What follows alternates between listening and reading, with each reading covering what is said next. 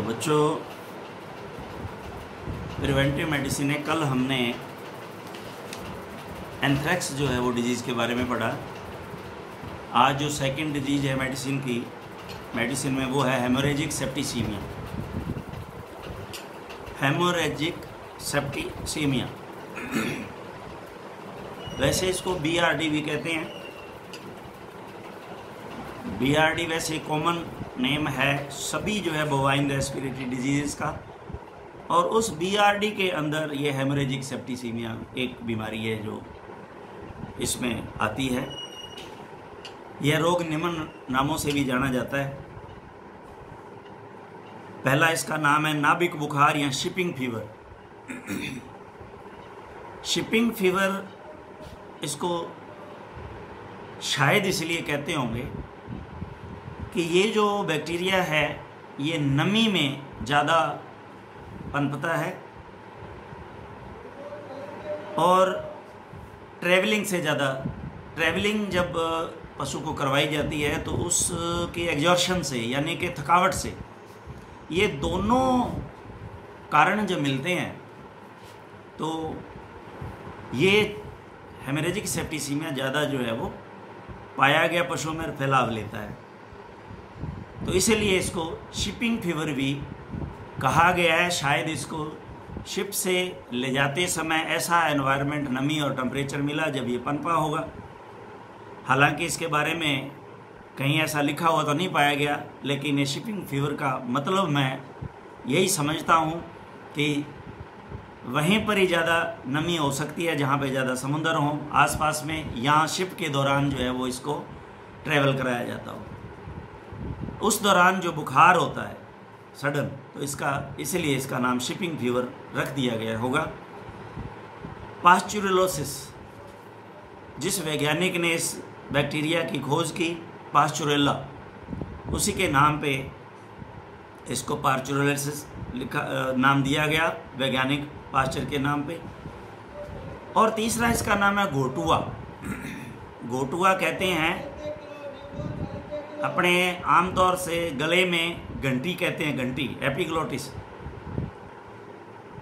इसकी सूजन जो होती है घोटुआ, यानी कि घोटू का, यानी कि उसका घंटी का सूज जाना, इसलिए इसका नाम घोटुआ रखा गया।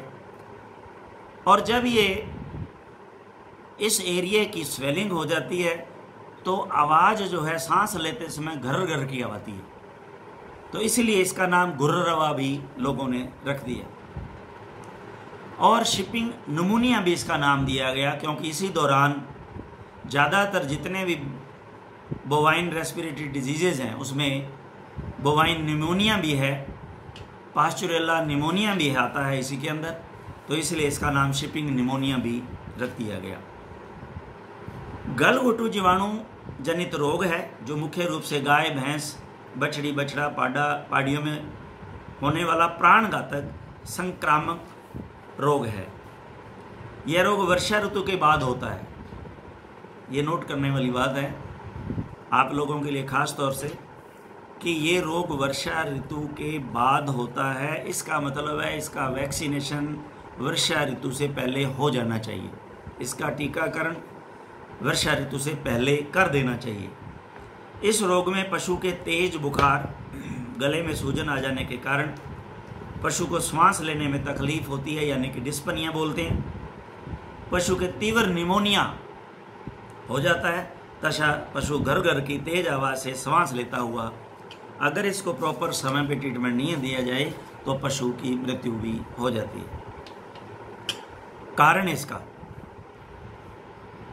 इस रोग का कारण पास्चुरेला बोवी सेप्टिका है, और पास्चुरेला मल्टोसिडा भी BRD का ही कारण होता है। BRD यानी कि bovine respiratory disease, Pasteurella multocida, और इसका जो फैलाव लेता है वो है बोवी सेप्टिका, यानी कि पास्चुरेला बोवी सेप्टिका। बोवी से मतलब बोवाइन में नामक जीवाणु के कारण होता है।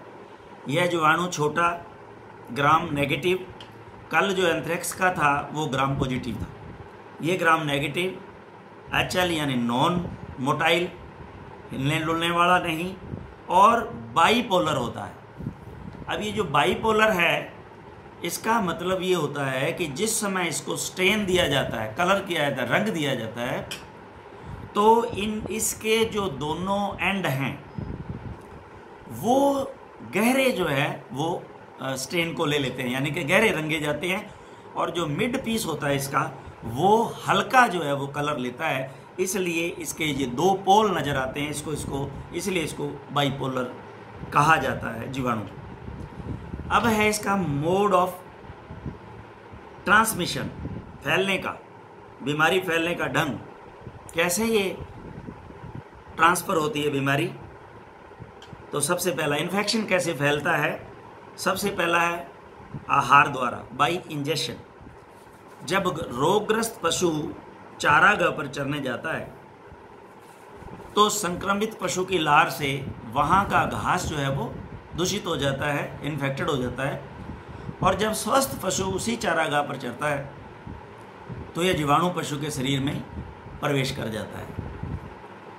दूसरा है बाई इनहेलेशन, सांस द्वारा, श्वास नलिका द्वारा, रोगी पशु के श्वास द्वारा जब रोगी पशु के पास स्वस्थ पशु खड़ा है और सांस लेता है तो उसके द्वारा भी ये बैक्टीरिया इसकी सांस नली में चले जाते हैं। बाई पैरासाइट्स, बाई परजीवी, जब मक्खियाँ, मच्छर, चिंचड़ रोग ग्रसित पशु का खून चूसते हैं और वहीं परजीवी जब स्वस्थ पशु को काटता है तो रोग के जीवाणु को शरीर में प्रविष्ट करा देता है। कुछ वैज्ञानिक मानते हैं कि रोग त्वचा के संपर्क से भी फैलता है। अब इसके सिम्टम क्या क्या हैं, लक्षण क्या क्या दिखाई देंगे जानवर में, इन्हें नोट करें। लक्षण जो है, रोगग्रस्त पशु में 3 प्रकार की अवस्थाएं पाई जाती हैं और इनके सबके लक्षण जो है वो निम्न प्रकार होते हैं। पशु का सुस्त होना, तीव्र तापक्रम, पशु का ताप है जो 106 से 107 डिग्री फ़ारेनहाइट तक चला जाता है। पशु के पतले दस्त होने लग जाते हैं, पेट दर्द करता है, पशु के गले में सूजन आ जाती है और मुंह से, जीभ से लार गिरती है। जीभ को बाहर निकालकर घर घर की आवाज़ के साथ पशु श्वास लेता है। महसूस होता है कि बहुत तकलीफ में है, डिस्पनिया है, और इसी दौरान जो है अगर इलाज नहीं किया जाता तो पशु की मृत्यु भी हो जाती है। भेड़ व बकरियों में निमोनिया के लक्षण यानी कि BRD, बोवाइन रेस्पिरेटरी डिजीज़ के लक्षण जो हैं वो पास्चुरेला हेमोलिटिका नामक जीवाणु के कारण होते हैं, और पास्चुरेला सेप्टिका इनमें कम दिखाई देता है, जो कि बोवाइन, जो काऊ और बुफेलो, इनमें ये सेप्टिका से जो है वो इन्फेक्शन होता है। बोवाई सेप्टिका, पास्चुरेला बोवाई सेप्टिका से इन्फेक्शन होता है। डायग्नोसिस, निदान कैसे कर सकते हैं, इसके लक्षणों के आधार पर और प्रयोगशाला में रक्त परीक्षण में जीवाणु की उपस्थिति द्वारा भी इसका निदान, डायग्नोज किया जा सकता है। ट्रीटमेंट, इसका ये मुख्य ट्रीटमेंट है, इसको इम्पोर्टेंट लगा लें क्योंकि इसका ट्रीटमेंट संभव है और इसका ट्रीटमेंट होता है। फील्ड में बहुत ट्रीटमेंट इसके किए भी हैं और पशु बचे भी हैं, बचते भी हैं, अगर आप टाइमली ट्रीटमेंट और एक्यूरेट ट्रीटमेंट दे देते हैं तो इसमें जो है विशेष तौर से जो ड्रग ऑफ चॉइस है, यानी कि मेन जो दवा लगानी चाहिए वो है सल्फा ड्रग। इसको सल्फा देते हैं और ये जनरली कैटल और बुफेलो में ज़्यादा काम करती है, और पिग्स के अंदर जो है वो ऑक्सीटेट्रासाइक्लिन सबसे अच्छा रिजल्ट देने वाली दवा मानी गई है। तो जब आप सल्फामेजाथिन 1/3% 200 to 300 ml IV, और इसका ट्रेड नेम है वैसाडिन या डिमाडिन के नाम से भी इसको मार्केट में मिलती है ये। तो इसकी डोज जो है वो आप 50 30 ml पर 50 kg बॉडी वेट के हिसाब से ये डोज इसकी बनती है नॉर्मल वे में। लेकिन ऐसी अवस्था में इसको डोज जो है वो डबल अवश्य देनी चाहिए ताकि पशु जो है वो जल्दी रिकवर कर सके। और इसी तरह से इंजेक्शन ऑक्सीटेट्रासाइक्लिन या टेरामाइसिन, ये भी ब्रॉड एंड स्पेक्ट्रम एंटीबायोटिक्स हैं और ये ज़्यादातर पिग के अंदर जो इसके रिजल्ट बहुत अच्छे देखे गए हैं, लेकिन ये आप सभी में काम में ले सकते हैं। इसी तरह से अगर हेमरेजिक सेप्टिसीमिया का एंटी सीरम अगर उपलब्ध हो, अगर हम ये टाइमली अगर इंजेक्ट कर देते हैं आईवी, तो बहुत ज़्यादा चांसेस पशु के बचने के हो जाते हैं। तो कैटल में इसका 10 से 15 सीसी आईवी देते हैं, बुफेलो में 20 से 25 ml आईवी कंटिन्यू इसको कुछ दिन तक लगाते रहते हैं। अब इसका बचाव जो है वो कैसे किया जा सकता है?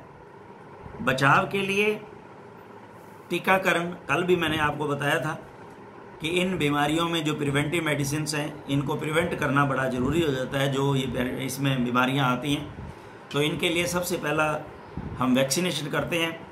तो वैक्सीनेशन मैंने आपको बता दिया, वर्षा ऋतु के 1 महीना मिनिमम जो है वो आपको पहले लगानी है। और इसके लिए चाहिए हमारे को जो वैक्सीन है वो है ब्रोथ वैक्सीन, 5 cc सबकट इसकी डोज लगाते हैं।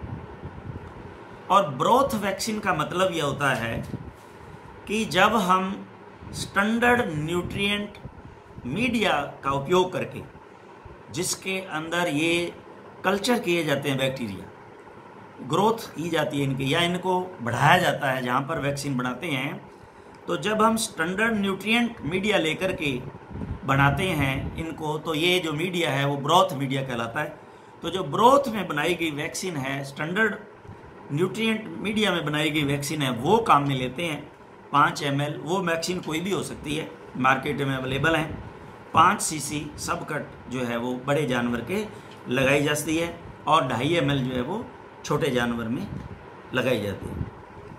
Oil adjuvant vaccines 3 cc intramuscular लगाते हैं।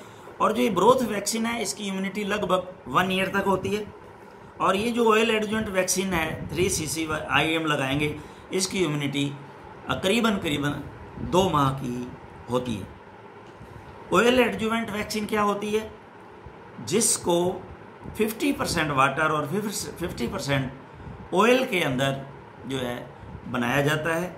तो ये ऑयल एडजुवेंट वैक्सीन इस मीडिया का उपयोग करके और इसके अंदर वो बैक्टीरियाज को ग्रोथ करा करके, और ये जो मीडिया काम में लिया जाता है, इसलिए इसको ऑयल एडजुवेंट वैक्सीन कहा जाता है। मृत पशु हैं तो उसको गाड़ देना है, हम प्रिवेंशन के तौर पे चल रहे हैं। और मानसून से पहले स्वस्थ पशुओं को टीकाकरण अवश्य करवाना चाहिए। तो ये आज का हमारा हेमरेजिक सेप्टिसीमिया जो है डिजीज़ कंप्लीट है। अब हम नेक्स्ट डिजीज़ को और ले लेते हैं इसके साथ साथ, क्योंकि बहुत छोटी छोटी डिजीज़ हैं। अगर इतना ज़्यादा समय लगाएंगे तो ये चैप्टर ही कंप्लीट नहीं होगा, बहुत डिजीज़ेज हैं इस चैप्टर के अंदर। तो अब जो नेक्स्ट जो है डिजीज़ लेने जा रहे हैं वो है ब्लैक वाटर, लंगड़ा बुखार। ये आम जो 2 बीमारियां आपको फील्ड के अंदर आम तौर पर देखने को मिलेंगी और इनकी वैक्सीन्स उपलब्ध हैं, गवर्नमेंट हॉस्पिटल्स में भी उपलब्ध होती हैं, जहां आपको वैक्सीन जो है वो करनी होती है। जो एरिया, कई जगह तो स्पोरेडिक केसेज होते हैं तो वहाँ भी हमें जो है इसको कवर करना पड़ता है। जो एरियाज मिलते हैं वहाँ पे हर साल जो इसकी वैक्सीन करनी पड़ती है। तो ये जो ब्लैक वाटर डिजीज़ है, इसके परिचय में हम इसे निम्न रोगों के नाम से भी जाना जाता है। पहला है इसका जहरबाद इसको क्यों कहते हैं? क्योंकि इसके अंदर हम कहते हैं कि सेप्टिसीमिया, टॉक्सीमिया हो जाता है। तो जहाँ पे टॉक्सीमिया हो जाता है, टॉक्सिन्स पैदा हो जाते हैं, जहर फैल जाता है, तो आम तौर पर इसको जहरबाद का नाम दिया जाता है। इसको सुजाक भी कहते हैं क्योंकि इसके अंदर एक पैर, पिछला अगला, हो सकता है उसमें ग्लूटियल, पिछले पैर के ग्लूटियल मसल्स आ जाएं। आगे के पैर में जब सूजन आ जाती है, या इसको फड़ सूजन के नाम से भी जानते हैं, गले में भी सूजन आ सकती है, और ब्लैक लेग के नाम से भी इसको जाना जाता है, क्योंकि जिस जगह पे ये सूजन आती है वहाँ का जो मसल है, जब हम स्किन को काट करके देखते हैं, ऊपर से चमड़ी को काटते हैं, तो नीचे जो है वो ब्लैक कलर का ब्लड जो इकट्ठा हुआ उस मसल्स के अंदर होता है, वो स्वेलिंग होती है, इसलिए इसको ब्लैक लेग का नाम भी दिया गया है। इसको क्वार्टर इल का नाम दिया गया है, क्योंकि एक पाँव में होगी, चाहे वो चारों में से किसी एक को जो है वो घेरती है जनरली, और एक क्वार्टर पार्ट ही उसका जो है वो अफेक्टेड होता है, इसको क्वार्टर इल भी कहते हैं। एम्फीसीमेटस गैंग्रीन, एम्फाइसीमेटस गैंग्रीन का नाम भी इसको दिया जाता है। एम्फाइसीमेटस उसको कहते हैं एम्फाइसीमा, यानी कि ऐसी सूजन जिसके अंदर एयर भरी हुई हो, उसको एम्फीसीमेटस कहते हैं। और गैंग्रीन हम सब जानते हैं, जैसे हमने देखते हैं, पढ़ते हैं कि टेल गैंग्रीन, जहाँ से ब्लड सर्कुलेशन कम हो जाता है और पार्ट जो है वो गल जाता है, गैंग्रीन कहा जाता है। तो इसका जब हम, चाहे कोई भी पार्ट इससे अफेक्टेड हो, आगे का पैर हो चाहे पीछे का हो, ग्लूटियल मसल हो, कोई हो, जब हम इसको इंसिजन देते हैं तो इस तरह का एम्फीसीमेटस गैंग्रीन हुई उस मसल्स में हमें मिलती है, और जब हम उसको दबाते हैं तो क्रेपिटेटिंग यानी कि आवाज़ करती है वहाँ जगह, इसलिए इसका नाम जो है वो एम्फाइसीमेटस गैंग्रीन का नाम भी इसको दिया जाता है। फड़ सूजन यानी कि पुट्ठे का सूजन सूज जाता है, इसलिए इसका नाम फड़ सूजन भी कहा जाता है। और पैर से लंगड़ाने लग जाता है, एक पैर से लंगड़ा के पशु चलता है, इसलिए इसको लंगड़िया बुखार के नाम से भी जाना जाता है। तो ये इसके नाम हैं। विशेष तौर से जितने भी डिजीज़ के नाम दिए जाते हैं वो लगभग उनके अंदर जो सिम्टम आते हैं उन्हीं के नाम पे जो दिए जाते हैं, और यहाँ लोकल भाषा के नाम से जो जिन बीमारियों को जाना जाता है वो नाम इनको दिए जाते हैं। यह गाय, भैंस तथा भेड़ों की एक छूतदार जीवाणु जनित रोग है। इसमें पशु के शरीर के मांसल भाग, ये आ गया वही, जैसे अगले पैर व पिछले पैर के पुट्ठों में, इसलिए इसको फड़ सूजन कहते हैं। गैस भरी सूजन आ जाने से, गैस भरी सूजन आ जाने से, अंडरलाइन करना, गैस भरी, इसलिए इसको एम्फीसीमेटस कहते हैं, एम्फाइसीमेटस गैंग्रीन कहते हैं। गैस भरी सूजन आ जाने से पशु लंगड़ा कर चलता है तथा पशु के तेज बुखार हो जाता है, इसलिए इसे लंगड़ा बुखार के नाम से भी जानते हैं। इस रोग में सेप्टिसीमिया के कारण मृत्यु हो जाती है। सेप्टिसीमिया, ज़्यादा सेप्टिक कंडीशन होने से जहर फैल जाता है, सेप्टिसीमिया के कारण ब्लड में मृत्यु हो जाती है। यह रोग स्वस्थ पशुओं के बछड़े बछड़ों में वर्षा ऋतु में जनरली होता है। इटियोलॉजी, कारण, यह रोग क्लोस्ट्रीडियम चौवियाई नामक जीवाणु से होता है। यह जीवाणु ग्राम पॉजिटिव, ये हमें समझ में आ गया, पहले हमने पढ़ लिया है। एंथ्रेक्स का भी ग्राम पॉजिटिव था, लेकिन एचएस का ग्राम नेगेटिव, ये बीक्यू का फिर ग्राम पॉजिटिव। एनएरोबिक कहते हैं जो बिना हवा के भी पनप सके। एरोबिक यानी कि हवा मिलती है तो, और एनएरोबिक जहाँ हवा नहीं मिलती, जो वहाँ भी बैक्टीरिया ग्रोथ हो जाता है, उसको एनएरोबिक कहते हैं। तो ये स्किन के नीचे पुट्ठों के अंदर जो है ग्रोथ कर लेता है, इसलिए ये एनएरोबिक है। स्पोर फॉर्मिंग, स्पोर बना लेता है। वह टॉक्सिन प्रोड्यूसिंग, टॉक्सिन्स पड़ता है, इसलिए टॉक्सीमिया हो जाता है, जहरवात, तथा रोड के आकार का होता है। इसके लक्षण, सिम्टम जो हैं वो इसके क्या देखने को मिलेंगे। सबसे पहला, हमें सबसे पहला ही है कि यह तेज बुखार इसमें आता है, और वही 105 से 107 डिग्री फ़ारेनहाइट। खाना पीना एवं जुगाली बंद कर देता है। पशु के कंधे, गर्दन, जांघ अथवा पुट्ठे पर सूजन आ जाती है। सूजन में गैस भरी होने के कारण सूजन वाले भाग को दबाने से गड्ढा बन जाता है वह चट चट की आवाज़ आती है, जिसको क्रेपिटेशन साउंड कहते हैं।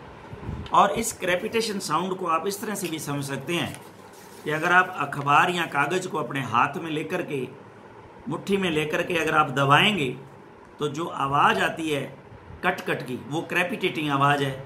इसी तरह की आवाज़ जो है आपको, जब आप ये इसके सूजन वाले भाग को दबाओगे जहाँ ये बीमारी है, तो वहाँ से भी इस तरह की सूजन और इस तरह की आवाज़ आएगी। सूजन में यदि चीरा लगा है जो उसमें झागदार काला दुर्गंध युक्त स्राव निकलता है। अंत में पशु का तापमान गिरने लगता है, तब पशु की मृत्यु हो जाती है। तापमान जो है गिर जाता है, कम हो जाता है। डायग्नोज कैसे करेंगे? इसके लक्षणों के आधार पर इसको हम डायग्नोज कर लेते हैं। ये जो पीछे लक्षण बताए गए, अगर पशु में ऐसा पाया जाता है तो डायग्नोज हो गया। और दूसरा, हम प्रयोगशाला में रोगी के सूजन से निकाले गए स्राव को प्रयोगशाला में जांच करवा लेते हैं। अगर उसमें ये बैक्टीरिया पाया जाता है तो केस जो है वो कन्फर्म हो जाता है। ट्रीटमेंट: रोगी पशु को स्वस्थ पशुओं से अलग कर दें। पशु को IV सल्फामेजाथिन, वही जो ट्रेड नेम अभी मैंने बताए थे आपको, वासाडिन और डायडिन 33 1:1/3%, ये खुराक डोज कैटल में 200 से 300 ml तक इसको IV दिया जा सकता है। लेकिन इसमें जो बेस्ट रिजल्ट मैंने फील्ड में देखे हैं वो हाई डोज ऑफ पेनिसिलिन ज़्यादा इसमें कवर करती है। जब हम डाइक्रिस्टिन 5 ग्राम जो है वो सुबह शाम जानवर को लगा देते हैं तो इसके अच्छे रिजल्ट मैंने फील्ड में लिए हैं। लेकिन यहाँ पे सल्फामेजाथिन की बात कही गई है। यहाँ पशु को नेक्स्ट में लॉन्ग एक्टिंग एंटीबायोटिक लगाना का भी सुझाव दिया गया है, जैसे टेरामाइसिन LA का मतलब लॉन्ग एक्टिंग, लॉन्गासलिन अथवा पेनिसिलिन, ये हाथ हो गया, पेनिसिलिन, एम्पिसिलिन, ओमनामाइसिन आदि इंट्रामस्कुलर लगावें। लेकिन सिंगल डोज में इसका ये कार्य नहीं बनेगा, इसको हमने डबल डोज में ही देना पड़ेगा, तभी ये केसेस जो है वो रिकवर होते हैं। ये फील्ड का मेरा एक्सपीरियंस है, इसमें कहीं नहीं लिखा। पशु को दर्द निवारक दवा भी देते हैं।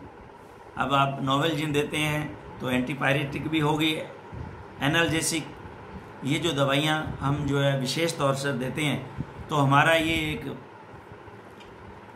जब हम इसमें दवाई देते हैं तो एक पैटर्न होता है दवाई देने का कि एंटीबायोटिक देंगे अगर बुखार है तो ये सिम्टोमेटिक हैं सारे के सारे, अगर बुखार है तो एंटीबायोटिक देंगे। और इसके साथ साथ जब हम एंटीबायोटिक ज़्यादा देते हैं तो ह्यूमन फ्लोरा ख़त्म होते हैं रूमिनेंट्स में, तो इसके साथ साथ हमें liver extract with B complex भी देना आवश्यक हो जाता है। अगर पशु में सिम्टम किसी और तरह का आता है, जैसे मैंने हेमरेजिक सेप्टिसेमिया में आपको मैं बताना भूल गया, उसमें नोट करें। मान लीजिए अगर डिस्पनिया है तो उसको respiratory and blood circulatory stimulant जो है कोई भी आप लगा सकते हैं, क्योंकि अगर आप पशु को का डिस्पनिया अगर आप दूर नहीं करेंगे तो हो सकता है आपका ट्रीटमेंट जब तक काम करे तब तक पशु की मृत्यु हो जाए। तो इसके लिए हमें जो है वो रेस्पिरेटरी स्टिमुलेंट और कार्डियोवैस्कुलर जो स्टिमुलेंट भी उसके साथ साथ देने चाहिए। इसी तरह से इसमें BQ के अंदर जो है हमें एंटीपायरेटिक बुखार उतारने के लिए और एंटीबायोटिक जो है वो साथ में कंटिन्यू लगातार 5 दिन तक देने आवश्यक है। और एंटीबायोटिक को डबल डोज में देते हैं तो ज़्यादा रिकवरी देते हुए केसेज फील्ड में मैंने देखे हैं। कंट्रोल, बचाव कैसे किया जा सकता है कि रोग आए ही ना। रोगी पशु मर जाए तो उसे खड्डा खोद कर गाड़ दें तथा उसमें नमक, बिना भुजा हुआ चूना आदि डालें और पशु की खाल नहीं उतारें। तो ये सभी में ऐसा रहेगा। जहाँ प्रिवेंशन है, जैसे HS है, हेमरेजिक सेप्टिसीमिया वाला केस है, तो उसके अंदर भी सेम काम होना चाहिए।